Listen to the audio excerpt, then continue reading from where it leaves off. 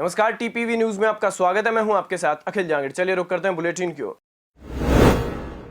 रियाबड़ी उपखंड क्षेत्र के आलनियावास में पुलिस ने खनीज बजरी क्षेत्र के अवैध खनन पर कार्रवाई की। इस दौरान लूनी नदी में 7 वाहन को खनीज बजरी का अवैध निर्गमन करते हुए जब्त किया गया।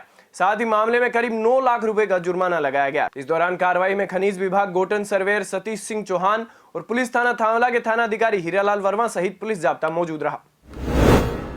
झुंझुनू में पिछले 2 दिनों से तंबाकू नियंत्रण सेल की ओर से सार्वजनिक जगहों पर तंबाकू का सेवन करने वालों पर कार्रवाई की जा रही है।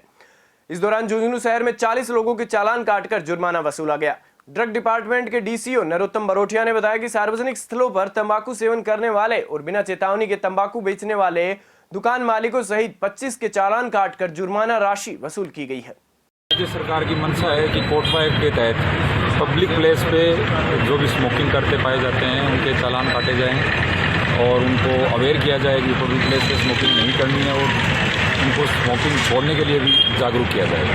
और इस तहत आज शाम को पहले जो अपने पंचदेव के पास में बस स्टैंड है वहाँ पर चालान काटे गए। अब ये main bus government bus depot में चालान काटे गए। तकरीबन 20 के लगभग चालान आज काट दिए गए हैं जो पब्लिक प्लेस पे लोग जो भी स्मोकिंग कर रहे हैं।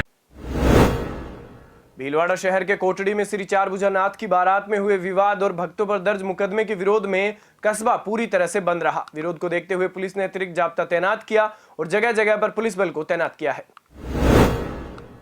श्रीगंगानगर में जिला कलेक्टर रुक्मणी रियार ने कलेक्ट्रेट परिसर में बने खिलौना बैंक का रिबन काटकर शुभारंभ किया। साथ ही इस अवसर पर जिला कलेक्टर और उनके पुत्र अयान ने विभिन्न प्रकार के खिलौने भेंट किए। इस दौरान जिला कलेक्टर ने बताया कि जिले के सभी आंगनबाड़ी केंद्रों को मॉडल रूप में विकसित किया जा रहा है। इन केंद्रों पर आने वाले बच्चों को खेलने के लिए खिलौने मिल सके, इसके लिए खिलौना बैंक की स्थापना की गई है। कोटा में पूर्व विधायक भवानी सिंह राजावत डीएफओ से अभद्रता मामले में 12 दिन बाद जेल से रिहा हो गए हैं। रिहा होने के बाद भवानी सिंह राजावत अपने समर्थकों के साथ जेल से रवाना हुए और अपने वल्लभबाड़ी स्थित कार्यालय पर पहुंचे, जहां उनके समर्थकों और कार्यकर्ताओं ने माला पहनाकर उनका स्वागत किया। इस दौरान उन्होंने मीडिया से बात करते हुए कहा कि ऐसा लगता है कि राजस्थान में कांग्रेस का नहीं बल्कि तालिबान का शासन है। मुझे जबरन झूठा मामला बनाकर फंसाया गया और राजनीतिक षड्यंत्र का शिकार बनाया गया है। देखिए, पुलिस ने कुख्यात अपराधियों जैसा, आतंकवादियों जैसा सलूक किया और लगातार 11 दिन तक ही मेरे से किसी से मिलने नहीं दिया।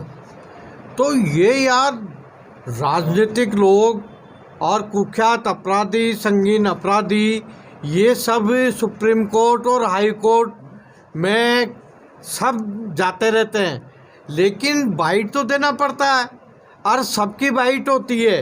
लेकिन मेरे खिलाफ 5-5, 6-6 डिवाइस भी और कम से कम 10-12 सीआई और इस तरह से घेर लिया कि मीडिया से बात ही नहीं करने दी। तो ये जो जिस तरह का व्यवहार है, लगता है कि राजस्थान में कांग्रेस का शासन नहीं और तालिबान का शासन है।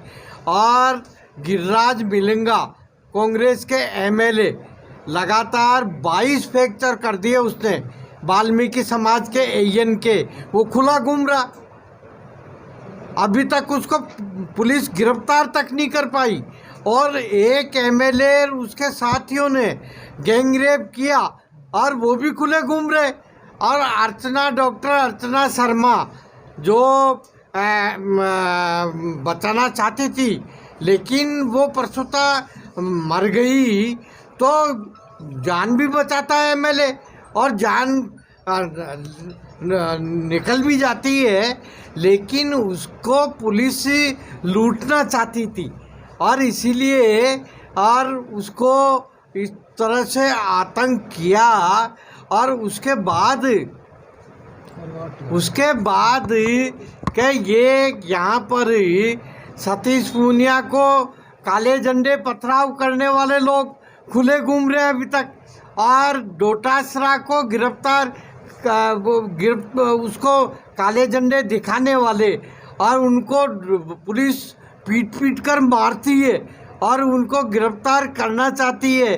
तो लगातार ये जो दोहरी नीति है सरकार की, ये दोहरी नीति सरकार की ये नहीं चलने वाली।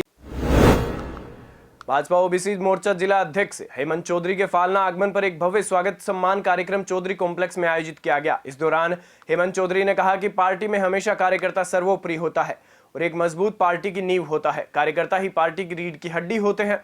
इस दौरान ओबीसी जिला महामंत्री सूजाराम चौधरी सहित भाजपा के कई कार्यकर्ता मौजूद रहे। बीकानेर में भारत रत्न डॉक्टर भीमराव अंबेडकर की 131वीं जयंती के अवसर पर 14 अप्रैल को शार्दुल क्लब मैदान में सामाजिक एकता और संकल्प रैली का आयोजन किया जाएगा। आपदा प्रबंधन और सहायता विभाग मंत्री गोविंद राम मेघवाल ने पत्रकार वार्ता में बताया कि रैली में बीकानेर सहित श्रीगंगानगर और हनुमानगढ़ के क्षेत्र के नागरिक भागीदारी निभाएंगे। वहीं शार्दुल क्लब मैदान में जनसभा के बाद अंबेडकर सर्किल तक पैदल मार्च निकाला जाएगा और डॉक्टर अंबेडकर की प्रतिमा पर पुष्पांजलि अर्पित की जाएगी। बाबा साहब अम्बेडकर साहब की जयंती है। इनके उपलक्ष्य में सामाजिक एकता व संकल्प रैली का आयोजन किया जा रहा है। ये सामाजिक एकता का हम मुख्य मैसेज ये देना चाहते हैं कि सब समाज में समानता के साथ हम लोग एकता के सूत्र में बंधे।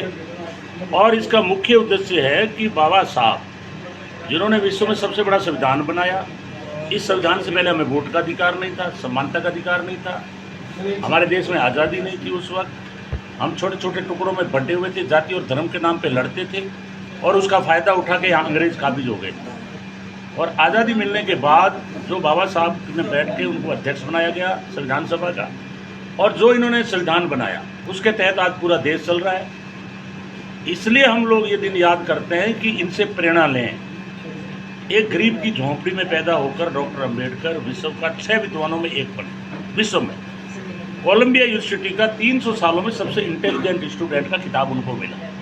कोलंबिया यूनिवर्सिटी के सामने आज भी प्रतिमा लगाई हुई है, उसके ऊपर लिखा हुआ है सिंबल ऑफ दी नॉलेज, ज्ञान का प्रतीक, उसका नाम है डॉक्टर अंबेडकर। ऐसे महामानव को हमें प्रतिवर्ष याद करना चाहिए।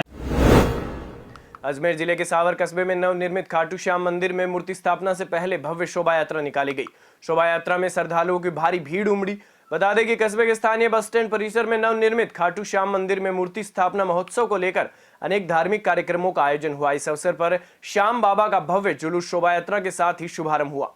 वहीं शोभा यात्रा के जुलूस में 51 महिलाएं सिर पर कलश धारण करते हुए शामिल हुई। राज्य अल्पसंख्यक आयोग के अध्यक्ष ने कलेक्ट्रेट सभागार में 15 सूत्रीय कार्यक्रम क्रियान्वयन समिति की समीक्षा बैठक की। बैठक के दौरान उन्होंने कहा कि अल्पसंख्यक बाहुल्य क्षेत्रों में महात्मा गांधी अंग्रेजी माध्यम स्कूल खोलने संबंधी प्रस्ताव भिजवाए जाएं। इन क्षेत्रों में CSR मदद से विद्यालयों में आधारभूत सुविधाएं मुहैया करवाने के प्रयास हों। साथ ही मदरसों में मिड डे मील योजना के तहत विद्यार्थियों को पोषाहार उपलब्ध करवाया जाए। माइनॉरिटी कमीशन ज्वाइन करने के बाद में मेरा ये पहला दौरा है जिसमें मैंने जिलेवार आकर के मीटिंग करने की शुरुआत की और मुझे खुशी है कि वो शुरुआत बीकानेर से हुई। बीकानेर में जो एटमॉस्फेयर है अभी प्रशासन का वो काफ़ी पॉजिटिव नज़र आया। अधिकारी काफ़ी सतर्क हैं। जब अपन पूरा ओवरऑल एक प्रोग्राम के बारे में बात करते हैं तो कुछ प्रोग्राम के ऊपर एम्फेसाइज ज़्यादा होता है, किसी पॉइंट पे एम्फेसाइज कम होता है। तो कुछ इश्यूज ऐसे मिले जिस पे वर्किंग बहुत अच्छी है। जैसे नरेगा की हमने डिटेल डिस्कशन किया, उसमें जो लोगों को रोज़गार मिल रहे हैं वो काम प्रशासन का बहुत अच्छा किया हुआ है। सर्टेन इश्यूज में कमियां पाई गई, जैसे जो एजुकेशन लोन और माइनॉरिटी वेलफेयर के प्रोग्राम में बिजनेस लोन मिलते हैं उसमें काफ़ी गिरावट है, काफ़ी कम डिस्बर्स किए जा रहे हैं, कुछ टेक्निकल एरर है। तो मिलजुल के हम इनको दूर करने की कोशिश करेंगे। जो स्कीम सरकार की है, केंद्र सरकार और राज्य सरकार मिलकर के जो एक प्रोग्राम चला रही है जिसमें राज्य सरकार और केंद्र सरकार का कंट्रीब्यूशन है, वो स्कीम्स ज़्यादा से ज़्यादा धरातल पर कैसे पहुँचे, ज़्यादा से ज़्यादा लोगों को कैसे फ़ायदा मिले। जो कैटेगरी बनी है वो ये बनी है कि एक तो एजुकेशन से रिलेटेड मसले हैं, एक आवास से रिलेटेड मसले हैं, रोजगार से रिलेटेड मसले हैं और जो माइनॉरिटी पॉकेट्स हैं उसमें सुविधाएं कैसे डेवलप हो उससे रिलेटेड मसले हैं। तो सभी पे विचार विमर्श किया गया। नरेगा में बहुत अच्छी वर्किंग मिली। एजुकेशन लोन वगैरह में कमी है, उसकी कमियां दूर करेंगे। पॉकेट्स के अंदर कच्ची बस्तियों के पट्टे में तेज़ी लाने की कोशिश करेंगे। कुछ पट्टे दिए जा चुके हैं।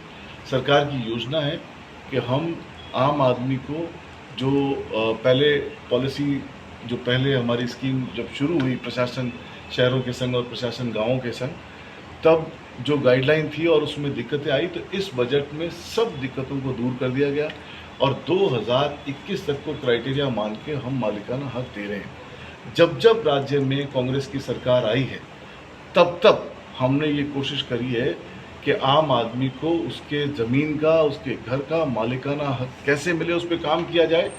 और मुझे आप सबको बताते हुए खुशी है कि आज तक राजस्थान की हिस्ट्री में जितने पट्टे कांग्रेस सरकार ने और मुख्यमंत्री कांग्रेस सरकार में भी मुख्यमंत्री अशोक गहलोत और यूडीएफ मंत्री शांति धारीवाल के समय में दिए गए हैं, पूरी आज़ादी से लेकर अब तक अगर सारा फिगर लगाएं तो बाकी सब एक तरफ और ये मालिकाना हक एक तरफ, तो बहुत अच्छा काम करने की कोशिश की। जितने राइडर्स आ रहे थे, जितनी कैब आ रही थी, जितनी प्रॉब्लम आ रही थी, उसको इस बजट में दूर कर दिया गया। तो कोशिश की जाएगी कि कच्ची बस्तियों के लोगों को भी अपने जिस जगह वो अपना जीवन बसर कर रहे हैं, उनको उसका मालिकाना हक मिले। इस पे भी चर्चा हुई और speedy time and action plan बनाया गया है। बीकानेर में पिछले दिनों पीबीएम अस्पताल के आगे लगे ठेलों को हटाने से आक्रोशित लोग आपदा प्रबंधन मंत्री गोविंदराम मेघवाल से मिले। लोगों ने अपनी समस्या जाहिर करते हुए बताया कि प्रशासन की ओर से अतिक्रमण हटाने के नाम पर हमें उजाड़ा गया, लेकिन अतिक्रमण हटाने से पहले उन्हें विस्थापित करने की कोई योजना नहीं बनाई गई, जिससे उनका रोजगार छिन गया है। इस पर मंत्री ने संभागीय आयुक्त से बातचीत की, जिस पर आयुक्त ने ईएनटी अस्पताल के पास इन ठेला वालों को स्थापित करने की बात कही तो ठेला संचालकों के चेहरों पर खुशियां छा गई और उन्होंने मंत्री का आभार जताया। खबरों में फिलहाल इतना ही। आप देखते रहिए टीपीवी न्यूज। नमस्कार।